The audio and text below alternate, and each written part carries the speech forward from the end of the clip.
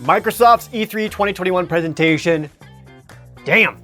You know, I never really expect a whole lot out of Microsoft when it comes to their presentations, because typically a lot of their games kind of focus on genres or styles or IPs that don't really particularly interest me. Not that they're bad games or uninteresting or anything like that. It's just not my style or genre of game. But gotta say, this year, they did great. That was a really good Microsoft press conference. Probably the best one they've had in, several years, I'd say. Let's go through it. It starts off with Todd Howard right on stage, because this isn't just the Microsoft press conference, it's also the Bethesda one, now that they own them. So Todd Howard is there to remind you that yes, we are owned by Microsoft. He also reminded everyone that Xbox is turning 20 years old this year. So let that be a reminder to you in case you're wondering why your bones are turning to dust. Very first thing they showed off, all new game, was finally Starfield. This is the new space game that's coming from the Elder Scrolls developer. And it was all in-game footage, and it looked really good, like really good. That was not a pre-rendered cutscene, that was in-engine, showing off everything. That was the best damn looking sandwich I've ever seen in a video game. That said, they didn't actually show anything about the game. I can tell you, it's in space. That's it, nothing for actual gameplay or anything like that. And for as good as it looks, it could all be bullshot for all we know. It could be completely fake, it could completely change by the time it comes out. Happens time and time again. So I'm not gonna get too excited over just the graphics, because it could very easily change, and my guess is that it probably will. But more importantly, they did give a date for it, which is November 11th, 2022. 11/11/22. 11 years after the Elder Scrolls Skyrim release date, which was 11/11/11. So, I'm glad they showed us some Starfield stuff. Would have liked to see more, but at least we got a glimpse of it. But really surprised that they didn't give us anything besides just look how good it looks. Anyway, moving on. They went into Stalker 2, which actually looked really good, like very smooth gameplay. I noticed that the lighting in it was probably the most impressive thing. The I remember the Stalker Chernobyl games having more like RPG elements to it and some like inventory management stuff, and they didn't really show anything about that. They just kind of focused on just the shooting gameplay and interacting with other characters, which all that was fine, that was good, but I kind of wish they explored a little bit more about what they're changing to everything that's not just the shooting, but it did look good, and again, we got a date for it, April 28th, 2022. It's good. They went into the next game announcement right after that, which is more information about Back 4 Blood. That's that spiritual successor to the Left 4 Dead series made by the Left 4 Dead previous developers who made their own studio because they wanted another Left 4 Dead game. The more I watched it, the more it looked fine. It's more Left 4 Dead action. It seemed more on the militaristic side, which I wasn't as into. Like, Left 4 Dead was usually about 4 people just trying their best to survive and getting whatever they can. This one was a lot more like not improvised weapons or gathering whatever resources, just what's around. It was more like actual like M16 assault rifles, frag grenades, like a lot using like a mounted minigun. I like just more like we are army guys shooting all these instead of like characters just like doing their best. You know what I mean? I'll probably still play it. They did show off the PvP mode, which is of course is human players versus people playing as the zombies and all the different special zombies. That's also coming, because of course. More importantly, they gave a date for that one, October 12th. A lot of these games going to be mentioned, by the way, are coming to the Xbox Game Pass, which is awesome. Like, what an incredible deal and great for Xbox Game Pass. And pretty much everything that's coming to Xbox also going to be available on PC at the same time. And that's another thing I usually struggle with when it comes to the Microsoft press conferences, is that nothing here makes me want to buy an Xbox because I'm just going to get it on my PC. But it is a good option for people who don't like playing on PC or don't want to invest into a multi-$1,000 PC and just want the console itself. So I understand that too. It's convenient both ways.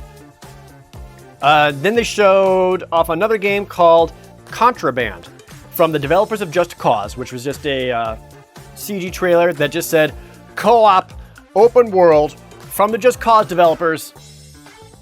That's it. Nothing to explore or talk about there. Just another new game is coming from them. I guess new IP. That's it. No release date, nothing else, but that's another Xbox/PC exclusive. Then went into Sea of Thieves, which is still going strong, and a rather surprising announcement that actually kind of delighted me.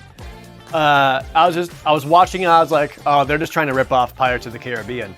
No, it is Pirates of the Caribbean. Like, Johnny Depp is there as Jack Sparrow. A lot of the other actors from the movies were also reprising their roles. It was actually pretty charming. It's going to be an all-new, full-on, story-based expansion coming to free to Sea of Thieves on the 22nd of June, just a couple weeks. So, it honestly was really cool. Like, I was actually really charmed by that, and really cool that they got a lot of the actors for it, and they kind of got that official tie-in. They couldn't afford the music, though. Did notice that. Actors, no problem.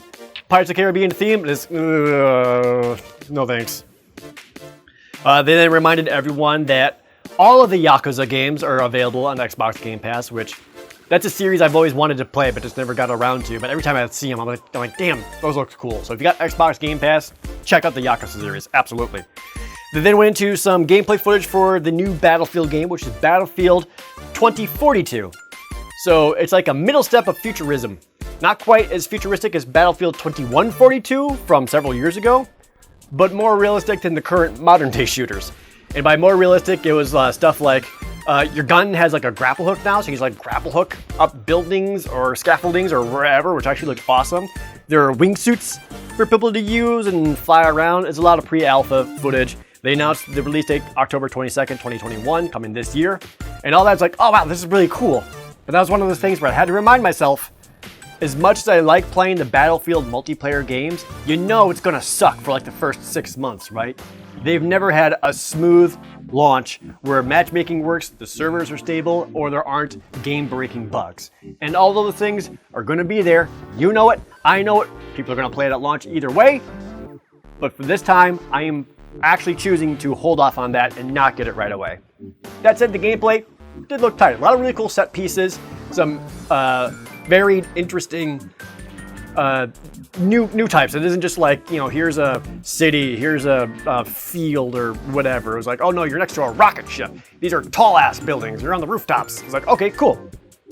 So again, multiplayer stuff looks great. I refuse to play it until several months after. Moving on, they reminded everyone that indie game called 12 Minutes is coming out soon. That's the game where it takes place in a single room, 12 minutes at a time, and depending on the decisions you make, greatly affects the story and the outcome, which I was actually really intrigued by when they first showed that off. I think, when was that? I want to say Game Awards last year. I might be wrong, but it's coming in early August. So again, another date. Great. Then they went on to Psychonauts 2. Remember Psychonauts 2? Been in development for quite some time. Got a date for that, August 25th. Also coming this year and very, very soon. Still looked really, really good. They then went on to more Game Pass stuff, just saying, hey, we bought Bethesda. We're pretty much going to put all of Bethesda's game onto Game Pass. So Skyrim, Fallout 76, whatever you can possibly think of is going to be available on Game Pass, which they then went into more Fallout 76 stuff. Basically talking about some new expansions coming into it, Brotherhood of Steel, like full-on story campaign stuff, and then teasing another story one called Expeditions to the Pit for next year. Which, Fallout 76, when it came out, was poopy-ass garbage, but from what I hear from people still playing it, it's gotten significantly better, which, you know what, that can happen. Final Fantasy XIV got better, No Man's Sky got better, why can't Fallout 76? So from what I hear, it is better, which, you know what, good, great. For people still playing it and still enjoying it, that's awesome. This seems exciting for you. I'm already tapped out on that, so no thanks, but it seems cool for people who are liking it. Same thing with Elder Scrolls Online, which was their next announcement. Talking about more like Elder Scrolls stuff, like, hey, we're still doing updates, there's still more things coming, please play it, which again, seems like it's gotten way better from that launch, and a lot of people are still enjoying that one. They then announced that the game Animal Party is also coming to Xbox. That one's already available out on PC. That was the not Gang Beasts physics-based multiplayer game where you just do different objectives only as cute, furry animals. From what I've seen of gameplay videos, it actually seemed kind of fun for multiplayer stuff. Is it a big deal announcement? Not really, but Xbox is getting a console version whereas nobody else is, so there's something. They also announced that the Xbox is getting a physical edition of the game Hades, which, if you've seen Hades from all last year, one of the best games from last year. It was in my personal top 10 games of 2020, and now there's a physical edition coming to Xbox. I was hoping for like maybe a tease and like maybe some new Hades DLC or expansion stuff, but no, at least console players can now own a physical edition of it. Then they also went into another new indie game announcement of a game called Summerville. This was I don't know how to describe it other than like, it seemed like a man, his family, and his dog escaping aliens or something like that. It was giving me strong vibes of games like Limbo or, there was a similar Xbox, like 2D indie game like that, where he's kind of platform and trying to survive. I can't remember the name of it for the life of me right now. But you know which one I'm talking about? We're at the end, the giant mutated sack of like arms and people, all as a giant group, like escape from a facility and roll down the hill. What was that one? That wasn't Limbo. What game was that? Well, if you know what I'm talking about, it reminded me of that game. So another indie kind of adventure, probably like very atmospheric, very intriguing, like peel away the layers of lore there to figure out what's really going on. And that's announced for 2022. After that, they went into Halo Infinite. Kind of like I said at the top of this, I'm not really a big Halo guy. The last one I really played was Halo 3. Multiplayer, not really my thing. The campaign was okay.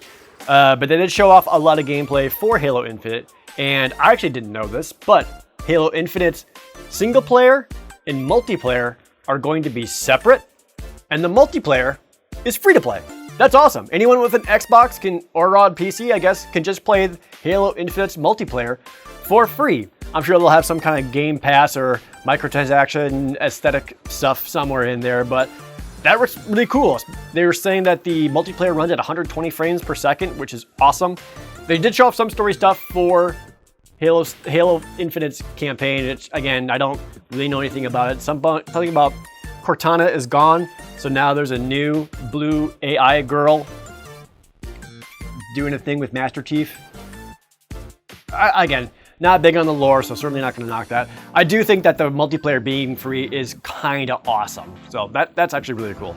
And then it did confirm that is set for this holiday, 2021. So that's going to be like November, December. I don't think they'll wait till January for that one. Like, they'll want that one up before Christmas. After that, they did went into Diablo 2, the remake, Reincarnated, whatever it was, just came out on PC not too long ago. Also coming to Xbox in September 23rd for that one. Then they announced a sequel to Plague Tale, which was really surprising. That was a game that was about the young girl and her little brother like escaping and trying to run away from like all the different plague rats. There was no actual gameplay, but they kind of teased it being like a little more action oriented. Like the girl's just like, you know what? I am pissed at these plague rats. I'm gonna fight back. That was the vibe that I got. Interesting. Set for next year, 2022. That's one thing that Microsoft did very, very well throughout this entire conference was a lot of dates. Whether it's like sometime next year, sometime this year, or exact date, and surprisingly soon. They did a really good job with that. They went and showed off some more Far Cry 6 footage, which I did talk about just a little bit in the Ubisoft press conference. It was some new stuff here, not the same things that Ubisoft showed.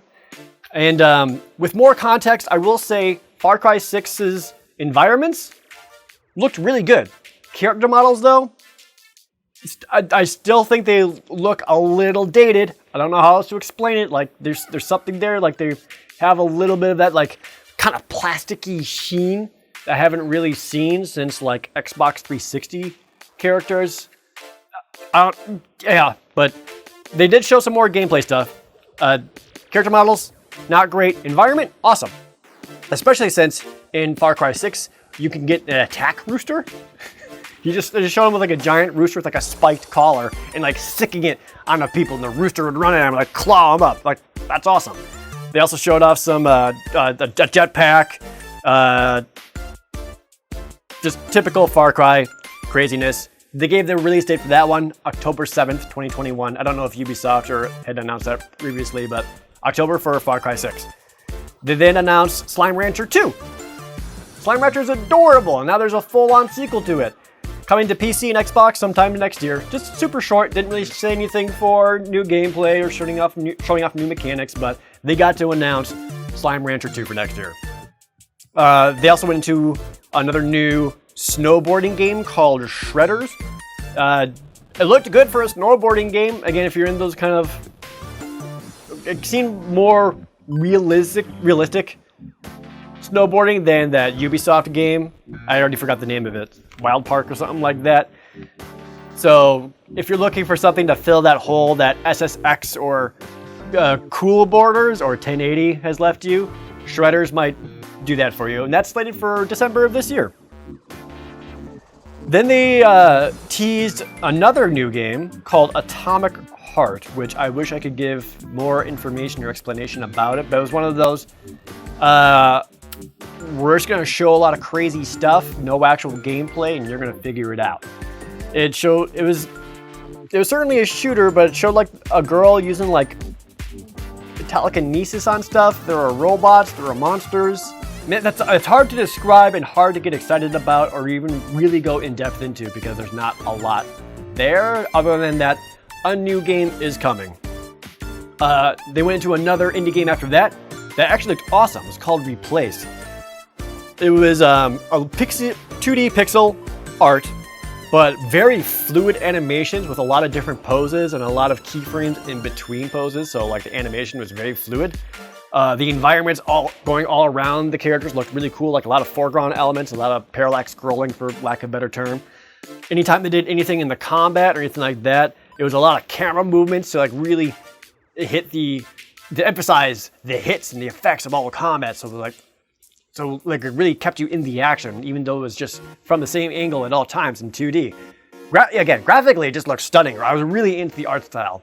Couldn't tell you anything about what it's about, other than it looked cool, and it's coming in 2023. Afterwards, they reminded everyone that Grounded is still a thing. That's that Honey, I Shrunk the Kids game where you get shrunk down to super tiny and you gotta survive in your backyard.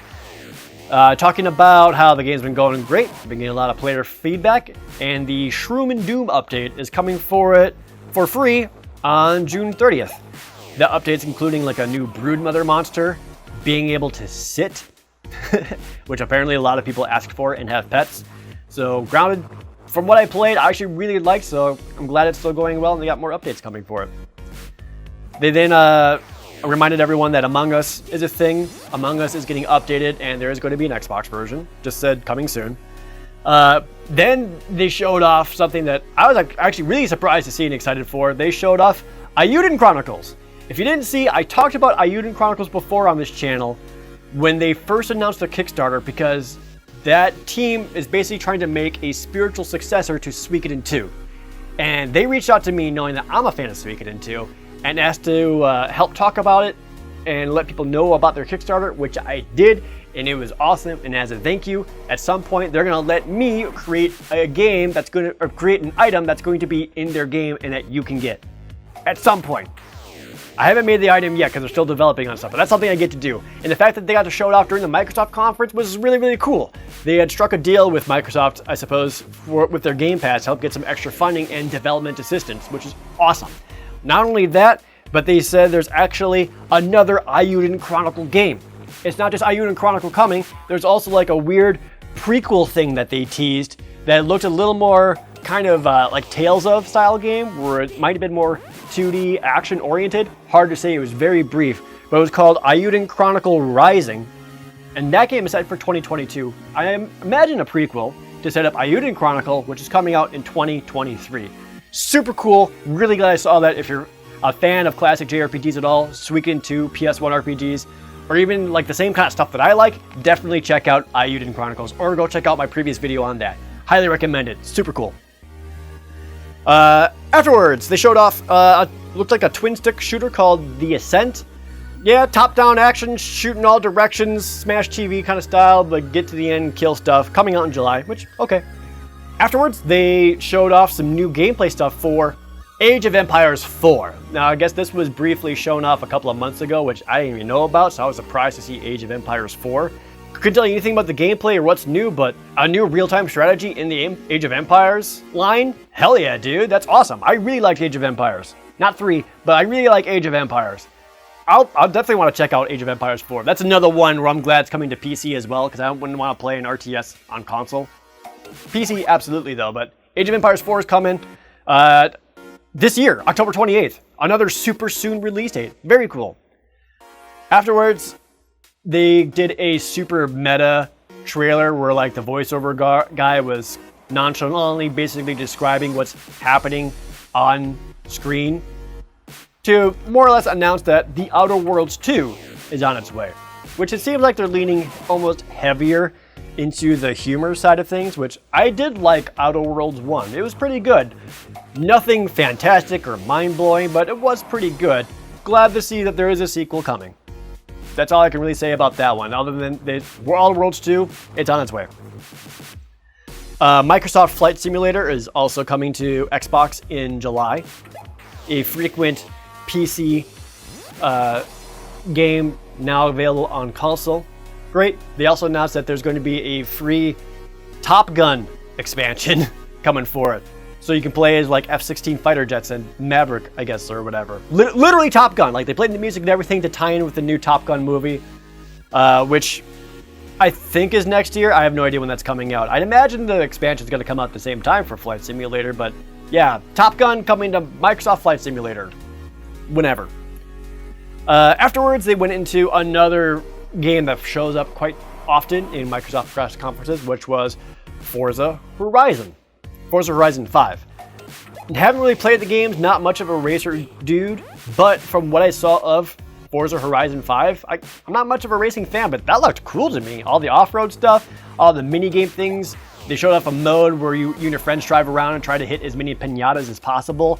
They said there's going to be like a create mode where you can create your own minigames or courses or what have you. It looked really, really good.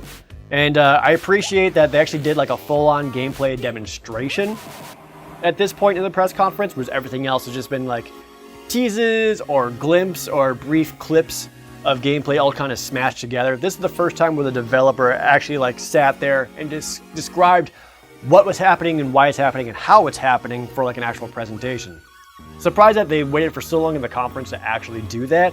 And what they showed off was, from what I could tell, really good.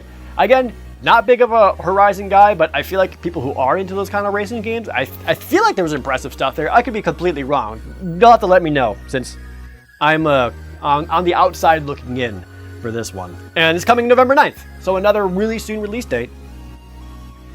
The weird moment after that is when they went into like a brief montage of other games that are coming up. It's like, hey, don't worry, here's some other games still coming for Xbox and PC.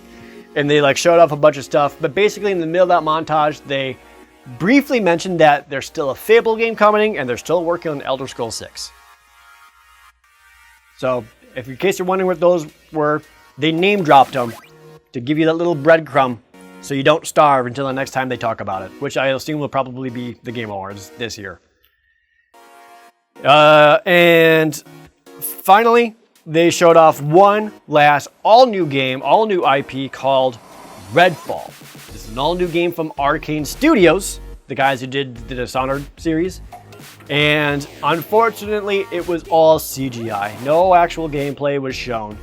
Interesting CGI trailer at the very least. The way I describe it was a sort of post-apocalyptic shooter. They said it's going to be open world, it's going to be a shooter, and it's going to be co-op, and it showed 4 different characters, all with very unique design. From what I can tell, very unique powers or abilities or specialties, fighting vampires. Like just straight up goddamn vampires in a war-torn city. It gave me strong vibes of Borderlands. In the same way that Borderlands has 4 playable characters with like unique designs, unique abilities, and strong personalities. Kind of the same thing, only open world and versus a vampire threat. And that's coming summer 2022. Not the strongest ending just because it was all just CGI stuff, and I would love to see what the actual gameplay was, but the character designs were cool. I liked their general vibe. Like the one woman had like weird like energy powers. Another dude was like clearly a researcher of some sort. Another dude was like a sniper. Someone had a little tiny Snatcher style robot with them. So there's intriguing stuff in there. They said it's co-op, but you can also play it alone. Could be cool. And yeah, again, give a date for that one. Summer of next year. And that was the end of the conference. That was a lot. They showed off like over 30 games. It was quite a bit. It was over 30 games with how many of that total was Bethesda? 1, 2, 3, maybe 4. So overall, they showed off a lot of really good stuff. I was impressed. Like I was pretty intrigued. They kept things moving pretty swiftly, and it was a wide variety of things to show. So again, that was one of the best Microsoft conferences I've seen in quite some time. My impressions after it was over was that was really good. Nothing like mind-blowing atomic bomb new game announcement. Everyone's just like, oh, and blowing up Twitter, which by the way, follow me on Twitter at ProJared. But still really good. So overall grade for Microsoft, A-. It was a good press conference. Really good. They've come a long way from when their press conferences were opening up with, here's 13 new minutes of the next Call of Duty, to being like, we've sold 200 million Xboxes and we're the best. Here's Halo. And then after Halo being like, we've got 30 billion people on Xbox Live. Here's Forza. You know what I mean? Here's Gears of War. They've done a great job. There's a lot of really cool stuff. And again, it's not just Xbox fans, it's also people for PC. So because of that, Microsoft press conference, really, really good. A-. So refreshing to see, and such a breath of fresh air after Ubisoft's pretty meh one afterwards. Oh, for those of you who are wondering if I was going to do videos on the Gearbox presentation, no, they presented nothing. If you missed the Gearbox presentation, you didn't miss it, you missed nothing. Don't even worry about it. Trust me, don't worry about it. Nothing happened there. So, if you want to see more E3 impressions, go check out my Ubisoft grading video. There's also going to be one coming up for Square Enix. We got Nintendo Tuesday morning, Capcom on Monday. Maybe videos on those, we'll have to see. You can watch those live with me over at twitch.tv/ProJared. Hopefully I'll see you there. And I hope you guys have a good rest of your E3 and hopefully something that excites you.